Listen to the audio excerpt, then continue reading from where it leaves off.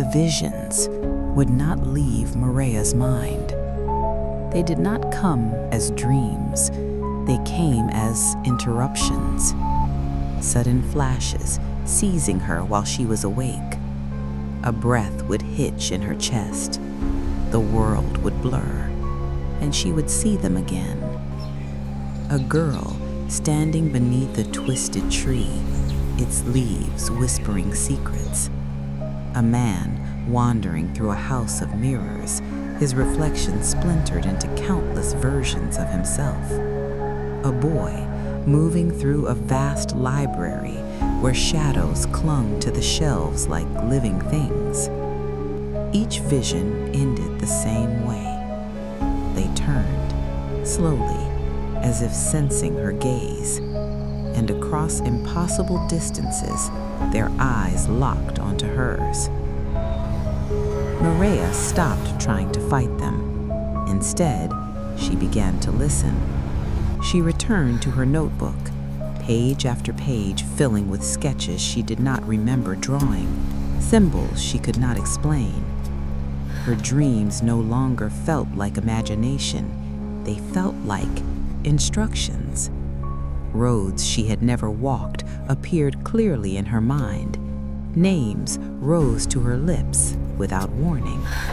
Amira, Elias, Arin. She did not know how she knew them. She only knew she had to find them. Far away, beneath a sky heavy with unmoving clouds, Amira stood before the whispering tree for the last time. The tree was dying. Its bark had darkened, cracked as though something vital had been drained from its roots. The forest itself seemed to hold its breath. Amira pressed her palm against the trunk. There was nothing. Then, a whisper, so faint she almost missed it. "Find the others. The seal is weakening." The forest fell completely still. No wind, no birds. A thin crack split the tree's bark, spreading downward like a wound. Whatever had been bound for centuries, it was beginning to stir. And Amira knew she could not face it alone. Elias walked the outskirts of ruined towns, places abandoned by history and by memory.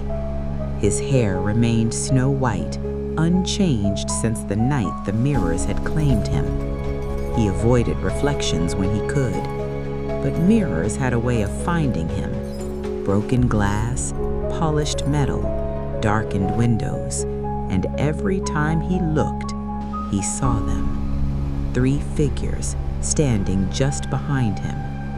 Mireya, Amira, Arin. He had never met them, and yet the mirrors insisted otherwise. Once, exhausted, he smashed a mirror with his fist. Laughter echoed from the shattered glass, soft, mocking, endless. He fled before nightfall because something was weaving their lives together, something patient, something amused. In the midnight library, Arin felt the change before he understood it.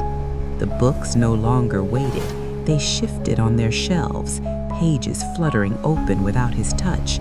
Titles rearranged themselves as he passed, forming names he recognized. Amira, Elias, Mireya. When he whispered them aloud, the library responded. Candles flickered violently, the floor trembled, and at the far wall, where no door had ever been before, a door appeared, glowing faintly, not with warmth, but with invitation. Arin hesitated. He had learned that every choice in the library had a cost. Still, he reached for the door, and somewhere beyond those walls, something stirred in response. That same night, under a full moon shared across miles of land, all 4 of them heard the voice.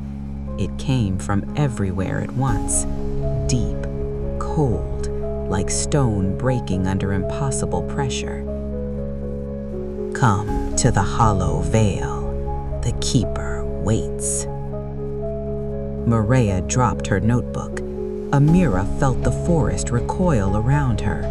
Elias fell to his knees as every mirror nearby cracked.